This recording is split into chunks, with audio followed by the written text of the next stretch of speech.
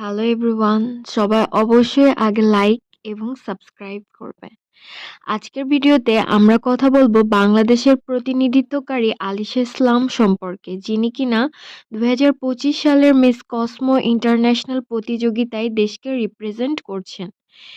তার সম্বন্ধে জানবো তিনি কে, কিভাবে নির্বাচিত হলেন, মিস কসমো প্রতিযোগিতায় তিনি ঠিক কি করছেন, সবকিছু জানবেন আজকের এই ভিডিওতে।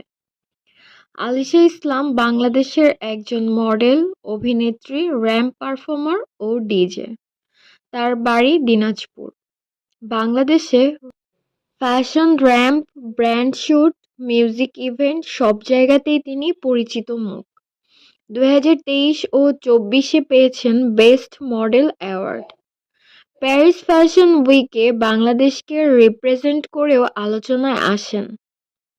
আজরা মোহাম্মদ ট্যালেন্ট ক্যাম্প তাকে 2025 সালে মিস কসমো বাংলাদেশ হিসেবে নির্বাচিত করেন। তাকে বেছে নেয়ার তিনটি কারণ: তার কনফিডেন্স, তার পারপাস ড্রাইভেন পার্সোনালিটি এবং আন্তর্জাতিক র্যাম্প অভিজ্ঞতা।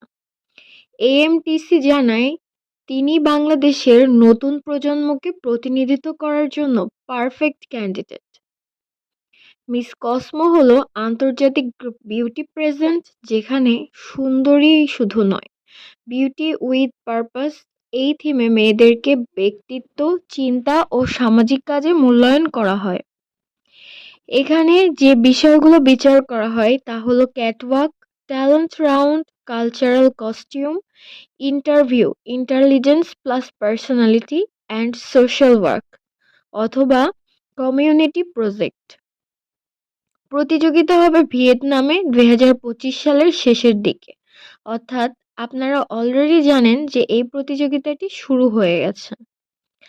আলিশা এখন মিস কসমো ইন্টারন্যাশনালের জন্য যে কাজগুলো করছেন: ক্যাটওয়াক ট্রেনিং, আন্তর্জাতিক স্টেজের জন্য প্রশিক্ষণ নিচ্ছেন এবং র্যাম্প মুভমেন্ট সহ নানা এক্সপ্রেশনের দিক থেকে সবকিছুই নতুন করে শিখছেন।